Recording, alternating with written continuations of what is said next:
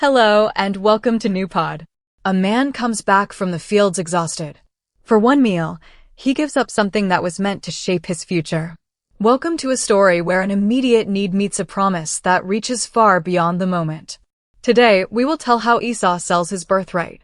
Then we will consider what this scene reveals about our choices, our expectations, our fears, and our relationship with God. Yes, the event unfolds in just a few actions. Yet it raises a deeply human question. What happens to our judgment when the present takes over everything? We will not simply comment on an ancient story. First, we will hear it in its proper order and with its restraint. Only then will we reflect on it. The biblical text does not hide hunger, desire, or family conflict. It places them within a much larger story. Let us return to the setting. We are in the story of the Patriarchs. Abraham passed on to Isaac the inheritance tied to God's promise. Isaac married Rebekah. Their family is therefore part of an ongoing story. But that story is not peaceful. Rebekah is carrying 2 children. They are already struggling within her. She seeks the Lord. The answer announces 2 peoples and a reversal between the older son and the younger. The twins are born with visible differences. Esau comes out first. Jacob follows, holding his brother's heel. The story then presents 2 temperaments. Esau becomes a man of the open country, skilled at hunting. Jacob is described as a quiet man who stays among the tents. One home now holds 2 ways of life, and the position of firstborn seems naturally to belong to Esau. The tension also runs through the family's affections. Isaac loves Esau, especially because he enjoys the game Esau brings home. Rebekah loves Jacob. The text states this without explaining everyone's feelings. It does not allow us to invent their thoughts, but it shows us a family with real preferences. God's promise moves forward through actual relationships, marked by attachment, difference, and a rivalry that is already present. Now the scene begins. Jacob is cooking a meal. Esau comes back from the fields. He is tired. There is no ceremony, family council, or solemn occasion. The scene begins in ordinary life. One brother cooks. The other comes home exhausted. That contrast is exactly what makes the next moment so striking. An everyday situation will become the setting for a decision whose importance reaches far beyond the meal. Esau sees the food and asks for some. His words are urgent. His exhaustion fills his whole horizon. The story links this request with the name Edom. But let us stay close to the action. Esau wants what is right in front of him. He wants to be satisfied now. Jacob does not simply respond by sharing the meal. He immediately places the birthright at the center of the exchange. Wait. This is where the conversation turns. Jacob says, in effect, sell me your birthright first. He is not asking for some small possession. In this family, the birthright concerns status, inheritance, and the future. So the text is not describing a simple bargain over food. It places Esau's immediate need face to face with an inheritance that must be valued beyond the present moment. Esau answers that he is about to die. He asks what good the birthright can do him. The text reports his words. It gives no further details about his physical condition, so we should not turn his expression into a diagnosis. What is clear is his perception. At that moment, hunger and fatigue make him see the inheritance as something with no use in the present. Exactly. And Jacob insists. He asks for an oath at once. The spoken promise will make the exchange binding. Esau swears. Then he sells his birthright to Jacob. The decisive moment is not hidden. It rests on words deliberately given.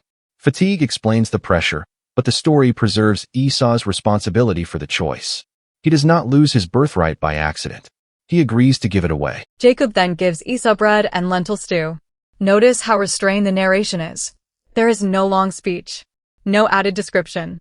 Esau eats. He drinks. He gets up. He leaves. This series of verbs creates an almost brutal rhythm. The need is met. The body moves on. But something has changed. The birthright has been transferred through the bargain and the oath. The final sentence gives the narrator's interpretation. Esau despised his birthright. That is the judgment the text makes about his action. It does not merely say that Esau was hungry. It does not merely say that Jacob seized an opportunity. It stresses that an inheritance was treated as worthless. The immediate consequence is quiet but real. Jacob now possesses what Esau held before. The complete story is very short. Yet it slows down precisely at the bargain, the words, and the meal. Hunger itself is not the turning point. Being hungry is not a fault. The change comes when Esau measures the future only by his present condition. He makes permanent a choice driven by a passing emergency. That contrast gives the whole scene its power. But we must also look at Jacob without oversimplifying. He understands the value of the birthright. He wants it, yet he chooses to obtain it when his brother is exhausted. Here the story gives no explicit explanation for every motive. It does not ask us to make Jacob a flawless hero or Esau a shallow character. It presents ambiguous human actions within the family that carries the promise. Right. So this is not a contrast between a perfect man and a completely evil one. Jacob looks toward the inheritance, but his method remains troubling. Esau has a real need, but he devalues what was entrusted to him. Each man reveals a different weakness. One wants to acquire. The other wants satisfaction. Between them, brotherhood becomes a place of transaction instead of a place of support. What do they risk within the limits of this passage?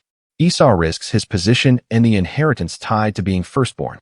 Jacob risks turning his bond with his brother into a way to get what he wants. The entire family bears the effects of this conflict. And the decision reaches beyond the individual because these two brothers are connected to two peoples announced before their birth. Personal history meets collective history. At this point, let us clearly separate the story from our reflection. The story says that Esau sells his birthright, swears, eats, and leaves. Reflection asks what this sequence reveals within us. It must not add hidden intentions, but it can observe the movement. Under pressure, lasting value can seem abstract. Immediate satisfaction can seem absolute. Our judgment grows narrow. The first theme is human experience. Esau's hunger is real. His mistake is not that he has a body or limitations. His weakness appears when that limitation becomes the only measure of his choice. This connects with fear, desire, and impatience. When one emotion takes all the space, everything else seems far away. The text invites us to recognize this narrowing without despising the person who experiences it. For Jacob, the human issue concerns the desire to possess what belongs to someone else. He knows how to wait for an opportunity, but that waiting is not yet trust. He acts. He calculates the terms. He demands an oath. His desire is directed toward something lasting, certainly. Yet the means he chooses reveals a flaw. Seeing an object's value clearly does not automatically make the way we obtain it right. That distinction is essential. A simplistic reading would praise Jacob for his ambition and condemn only Esau for his appetite. The text resists that shortcut. It clearly names Esau's contempt, but the whole family remains tense. No one seems better because of this transaction. The promise does not advance through perfect humanity. It passes through mixed decisions, preferences, and struggles for power. The second theme is spiritual. In this scene, God does not speak directly. No miracle interrupts the exchange. No visible intervention immediately corrects the brothers. Yet this account belongs to the story of the promise. That silence matters. God's presence does not mean that every human action becomes exemplary. Divine faithfulness accompanies a story where human freedom also causes wounds and upheaval. In other words, the promise does not depend on the moral perfection of those who carry it. It does not excuse their actions. It does not erase them either. It continues through them. This reveals a faithfulness that is not as fragile as our decisions.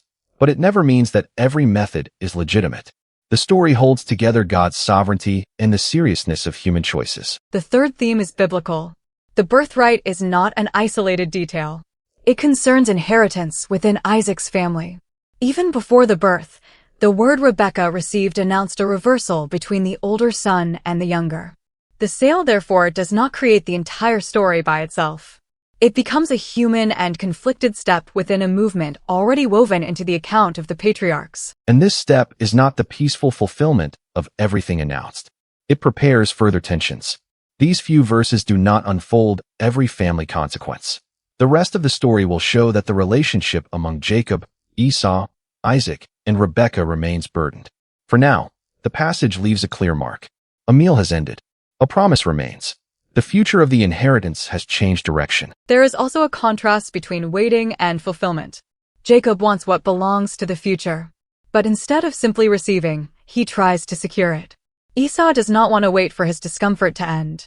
Each man tries, in his own way, to resolve a tension immediately. One through acquisition, the other through consumption. Our reflection can hear an invitation not to confuse speed, control, and faithfulness. Faith does not appear here in a triumphant form. We see it more clearly by its absence. Trust would have meant refusing to reduce the promise to something negotiable. Trust would also have meant refusing to exploit another person's weakness. The text does not state those sentences. This is our reflection. It respects the tension by refusing to place God too quickly at the service of Jacob's calculation or Esau's impulse. Now let us come to today. We know those moments when fatigue shortens our horizon. A frustration seems permanent. Waiting becomes unbearable. A desire demands an immediate answer. We should not mechanically compare every choice with Esau's. We should recognize a human pattern.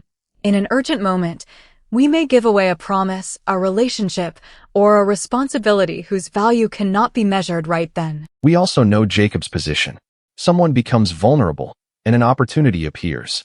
It becomes possible to gain an advantage quickly. The story helps us name that crossroads without passing judgment on our entire person. Perhaps a decision should be paused. Perhaps a desire should be examined. The real inner question then concerns the means we use as much as the goal we pursue. Our episode plan mentions waiting, jealousy, reconciliation, and inheritance. Waiting appears in what the brothers cannot bear peacefully. Jealousy can enter the desire for another person's place. Inheritance is directly affected by the birthright.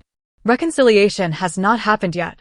Its very absence reminds us that a profitable bargain can leave a relationship unhealed. A simple application begins by recognizing a similar situation. It need not be dramatic. Perhaps it is a decision made while exhausted.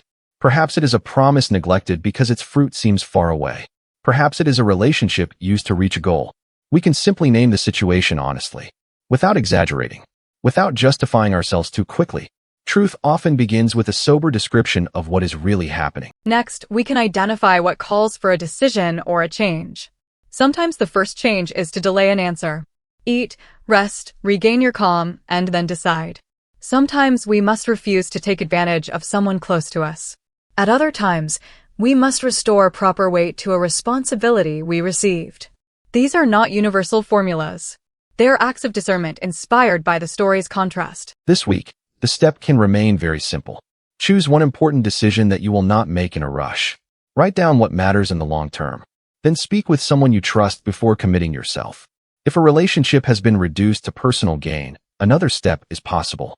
Return to that person with honest words, without demanding that everything be repaired at once. Reconciliation deserves that patience. Today's passage does not tell that part yet, so we should not attach it artificially to the end of the meal. But we can observe that quick decisions have a long history. Repair often takes more time than giving in or taking hold. Faithfulness then takes shape through small returns to truth, through listening, and through refusing to treat another person as a means. It is also valuable to reread Genesis, chapter 25, verses 29 through 34. Esau's short sentence deserves careful attention. What good is the birthright to me?